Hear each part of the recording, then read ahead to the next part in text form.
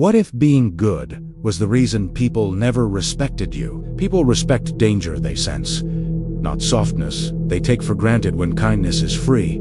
People value it less and exploit it more. Kindness without consequences is the quietest form of self-betrayal. The softer you are, the easier they break you, and you'll never see it coming. Kindness without power is the most dangerous trap you'll never see coming. Every extra second you forgive unnecessarily costs your power. They didn't need to hurt you. They just needed you to stay harmless. You thought kindness was protection, not the loud betrayal. Not shouting, not violence. It was quieter than that. A pause where respect used to live. Messages unanswered, promises soft into excuses. The kind of disrespect that never announces itself, only settles in. You felt it, but you ignored it. You told yourself to stay calm, to be understanding, to be. That was the first mistake. You didn't notice when your generosity became invisible, when your availability turned into entitlement, when your silence taught people it was safe to cross you. No alarms went off, no clear enemy revealed himself, just a slow extraction of your dignity, one moment at a time. And because nothing exploded, you stayed. You forgave. You endured. You called it loyalty. They called it convenience. You learned early that being good would keep you safe, that kindness would be returned, that empathy would be honored. You were told that strength meant restraint, and forgiveness meant moral superiority. No one warned you that the world doesn't reward intentions. It responds to patterns, and patterns make you legible. Kindness became your identity, and identity became your prison. They learned exactly how far they could go, how much they could take, how long you would wait, not because they were evil, but because you made yourself predictable. Humans test boundaries, the way fire tests fabric, not out of hatred, but out of curiosity. And when nothing burns, they keep pushing. You didn't lose because you were weak. You lost because you taught them there would be no consequences. Every time you understood instead of addressed, every time you forgave without correction, every time you stayed silent to keep the peace, you sent a message without words. This is allowed. And people listened. They always do. That's the quiet violence of misplaced virtue. You gave emotional access without enforcing respect. You offered loyalty without demanding accountability. You believed kindness would buy safety, when in reality, it only buys exposure.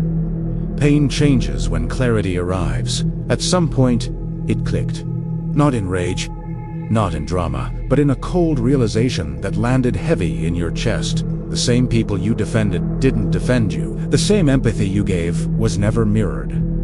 Your kindness wasn't misunderstood. It was assessed, catalogued, used. That's when the illusion broke. Being good never protected you. Being harmless only made you easier to exploit. The world doesn't attack softness. It ignores Italiano steps, o per Italiano, drains it, until you're left wondering when respect disappeared, not realizing it was never negotiated. Here is the truth. No one teaches you gently. Kindness without power is a liability. You were taught that being good made you better. From the beginning, goodness was sold as moral superiority. Be polite, be agreeable. Don't cause friction. Don't upset people. Swallow your anger. Offer forgiveness before it's earned. You were told that restraint was strength and that suffering quietly made you virtuous. But hidden inside that lesson was a lie no one bothered to expose. Goodness was never taught with power attached to it. No one taught you consequences. No one taught you leverage. No one taught you how to say no and mean it. You were trained to manage people's emotions instead of enforcing your own boundaries. To value harmony over respect. To confuse being liked with being safe. And slowly, without realizing it, niceness turned into... The world doesn't reward intentions. It never has. It responds to strength, clarity, and limits. Not loud aggression structure, the kind of presence that makes people pause before they cross you. When that's missing, morality becomes decoration. And decoration is easy to ignore. You didn't choose to be agreeable by nature. You were conditioned to believe that asserting yourself was arrogance.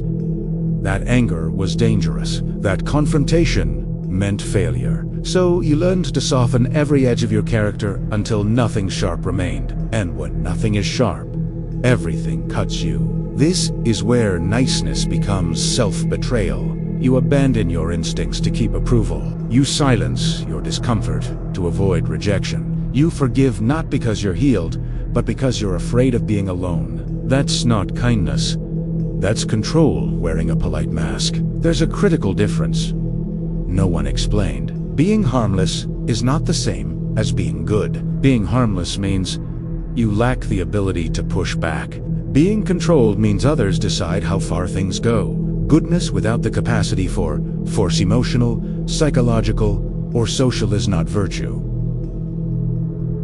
It's compliance. Once you see this, the illusion collapses. You realize you weren't choosing goodness freely. You were obeying a script that kept you manageable, predictable, safe for others, but costly for you. And the moment you recognize that, a harder question emerges. If being good kept you small, what happens when you choose strength instead? You don't have to announce weakness for it to be noticed. People sense it long before you speak. In pauses, in hesitation, in how quickly you forgive, how softly you resist, how often you explain yourself. Humans are constantly scanning for boundaries. Not consciously, but instinctively, like water testing cracks in a wall. They press, retreat, press again. Not to hurt you at first, but to see what holds. When nothing pushes back, something shifts. Over-forgiveness removes fear of consequence. It tells the nervous system of others that risk is low, that mistakes will be absorbed, that transgressions won to be punished, and where there is no cost, behavior escalates. Slowly, almost respectfully at first, until respect disappears entirely. This is not cruelty. It's nature. Kind men often become emotional resource providers without realizing it. They listen, they support. They stabilize chaos. They give clarity, reassurance, patience, and people take from them the way one takes from a reliable infrastructure. Silently, constantly. Without gratitude, because stability doesn't command admiration, it invites use. You're not valued for who you are, you're valued for what you supply. Respect is never requested. The moment you ask for it, you reveal it's missing. Respect is inferred from behavior, from what happens when lines are crossed, from whether discomfort is tolerated or when your response is always understanding, always calm, always forgiving, your presence loses weight. Words begin to land softer, promises grow flexible, boundaries blur, and once someone exploits you, re-respect is rare, not because you can't change, but because the map is already drawn. People categorize quickly and update slowly. If you've been filed mentally as harmless, kind, accommodating any sudden assertion feels temporary. A phase. Something to wait out.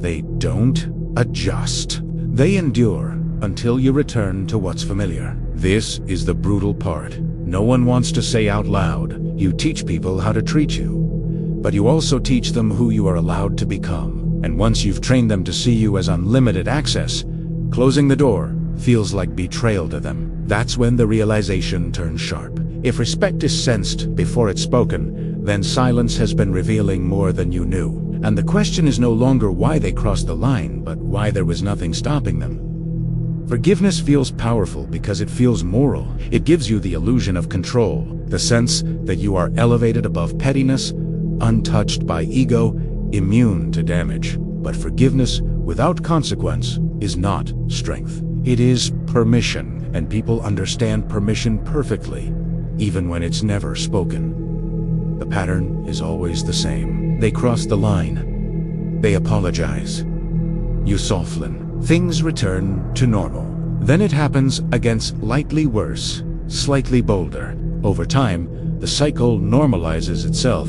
Apology becomes a reset button, not a correction, and each reset trains the behavior deeper into place. not because they intend harm, but because nothing interrupts the pattern. Mercy repeated without enforcement kills leverage. Leverage is not dominance. It's consequence. It's the understanding that actions change access. When forgiveness is automatic, access stays open. Your time, attention, presence, emotional labor always available, and what is always available is never respected. Scarcity creates value.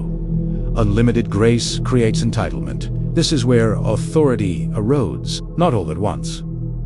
Quietly, sentence by sentence, promise by promise. You're no longer seen as someone whose boundaries matter, but as someone whose reactions are predictable. And predictability removes tension. Without tension, nothing restrains behavior. People do not fear your anger, your absence, or your withdrawal because none of those have ever been real. Strength is not cruelty. Cruelty is emotional chaos. Strength is consistency. It's responding the same way to the same violation every time, calmly, decisively. Without negotiation, this is how trust is preserved and respect is maintained, not through rage, but through patterns that cannot be gamed. Sometimes the strongest response is not confrontation. Silence is a message. Distance is a boundary. Absence teaches faster than lectures ever could. When access changes, behavior learns. When consequences are felt, apologies gain, waiter disappear. This is the ruthless truth. Every unnecessary second chance costs you authority. Every forgiven pattern tightens the cage you stand inside. And once you see how comfort feeds repetition, another idea becomes unavoidable. If forgiveness weakens you without limits, what does real strength actually look like?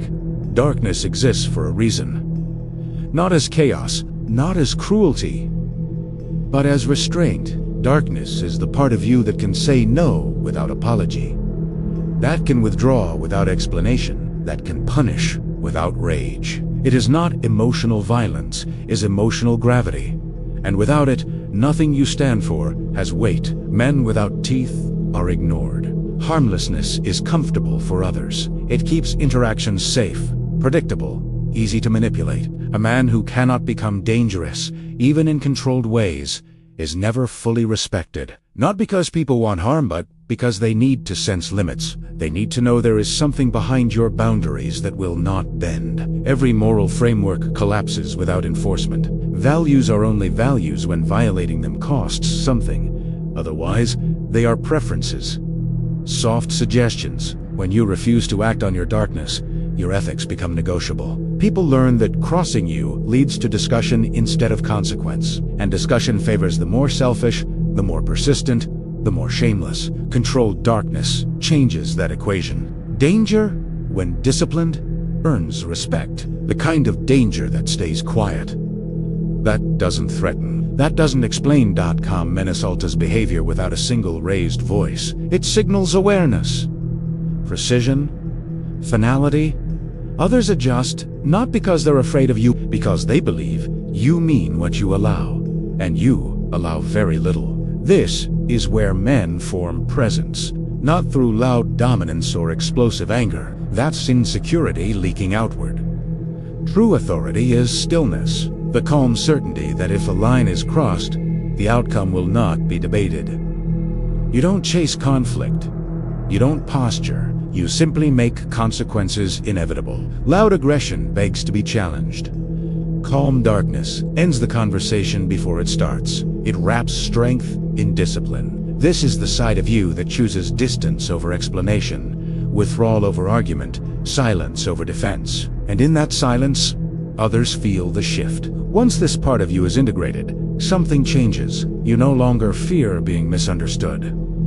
You stop negotiating your limits. You accept that respect comes not from being liked, but from being unmovable. And with that acceptance comes a dangerous clarity. If darkness gives your values weight, then mastering it is not corruption. It's necessity.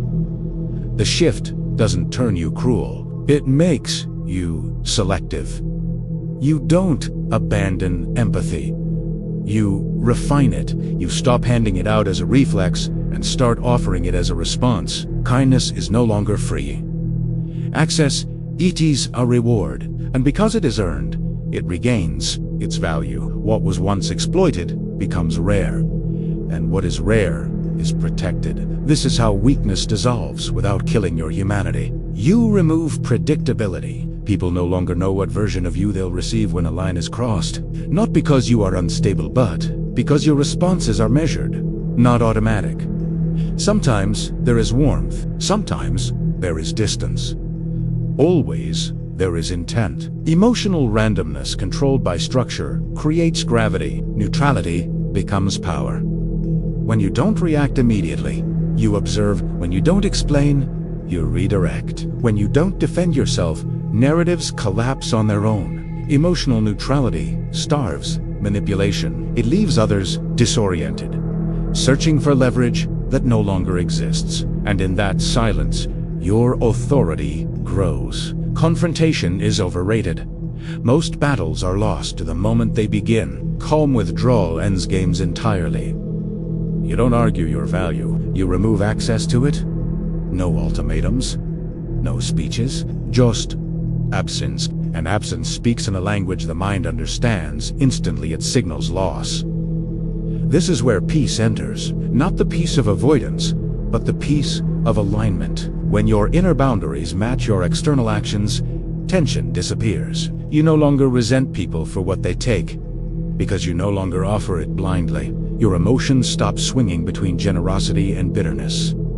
They stabilize. Respect follows mystery and distance. When explanations vanish, assumptions replace them, and assumptions are powerful. People fill silence with caution. Distance invites reflection. And slowly, without force, relationships reorganize themselves around your presence. You haven't become colder, you've become harder to misuse. And something unexpected happens when discipline replaces softness. Your kindness returns boots sharper, more deliberate, free of fear. And for the first time, your calm is not mistaken for weakness. It's recognized as control. Two-line closing reflection: kindness was never meant to protect you. Strength was when darkness is disciplined. Respect arrives quietly and never needs to be asked for. An inner frame is built long before it is tested. It begins with self-respect replacing loyalty as your highest value. Loyalty without self-respect turns into self-abandonment. You stop protecting relationships that require you to shrink. You stop proving commitment through endurance. The moment your standards move above your attachments, your posture changes. People feel it before they hear it. Boundaries become non-negotiable. Not because you are rigid, but because you are clear. You no longer bargain with your limits. You don't warn repeatedly. You don't escalate emotionally. A boundary is a quiet line, followed by quiet action. One step over it changes access permanently. Consistency turns boundaries into truth. Validation loses its influence. When approval stops feeding your identity, manipulation starving begins. You no longer perform for affection or tolerate disrespect for attention. Praise becomes pleasant, not necessary. And independence disarms those who rely on your neediness. Solitude becomes comfortable, not lonely, clean. In silence, your thoughts stop being interrupted by other people's expectations. You learn that peace is not found in being wanted, but in being aligned. The fear of losing people dissolves when you realize you remain intact without them. This is where real power forms. The willingness to walk away without bitterness, without speeches, without emotional residue. When you can leave calmly, you hold leverage invisibly. Not because you threaten departure, but because it is already resolved inside you. People sense this instantly. They stop pushing, they stop testing.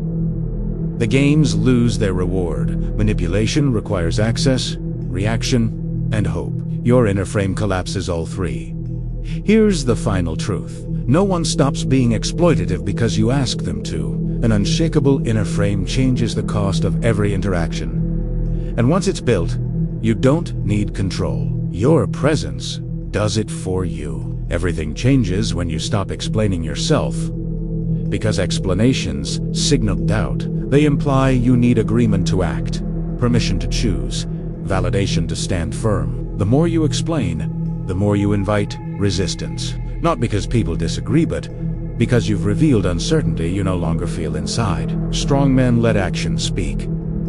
They don't narrate decisions. They don't defend boundaries. They don't justify distance. They move, and reality adjusts around their movement.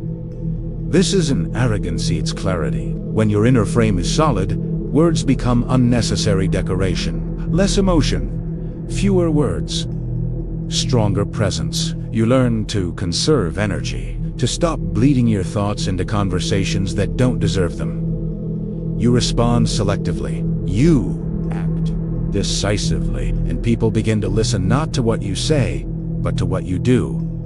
Behavior becomes your language. Consistency becomes your reputation. Silence creates authority because silence cannot be argued with. It leaves no handle to grab, no angle to manipulate, no emotion to provoke. In silence, others project caution. They assume depth, they acetate, and hesitation is respect forming in real time. You are no longer reacting, you are setting the pace. Access becomes limited, not dramatically. Naturally, your time tightens. Your attention narrows. Your availability shrinks. And as access decreases, value rises. People adjust their behavior because they feel the loss before they understand it. Consequences no longer need explanation, they arrive quietly. This is emotional economy. You spend nothing unnecessarily, no excess compassion, no wasted outrage, no endless forgiveness, only measured responses aligned with your standards. Peace follows precision. At these levels, control feels effortless. You're no longer trying to be understood. You're no longer correcting perceptions. You are simply present, grounded, final, and when you stop explaining yourself, something subtle but permanent happens. The world stops testing you and starts working around you. True power is quiet. It's not about seeking revenge or getting into heated arguments. It's the profound realization that you don't need to prove yourself to anyone. Instead, you simply remove access. You close doors, not with a slam, but with a calm, deliberate click. You withdraw your attention, your presence, and your energy from those who would take it without a second thought. Your absence becomes the sharpest, most effective form of discipline. It's final, it's invisible, and it's completely unassailable. This is strength with restraint, and that is peak power. It's not the kind of strength that shouts from the rooftops or strikes out in anger. It's the strength that holds back, that waits, that acts only when absolutely necessary. It's measured, it's ethical, and it's always intentional. You see, the world truly respects what it cannot manipulate. The man who can restrain himself gains far more than the one who constantly loses control. Patience and consistency amplify your influence in ways that fury or impulse never could. They are the slow, steady currents that carve canyons, while anger is just a flash flood that quickly recedes. With this kind of power, kindness is no longer an automatic response. It becomes a conscious choice, a currency of discretion. It's offered deliberately, never just given away or expected in return. When your generosity is earned, it carries real weight. When your mercy is controlled, it commands genuine respect. Your softness is no longer a vulnerability for others to exploit. It becomes a tool of precision, used with purpose and intent.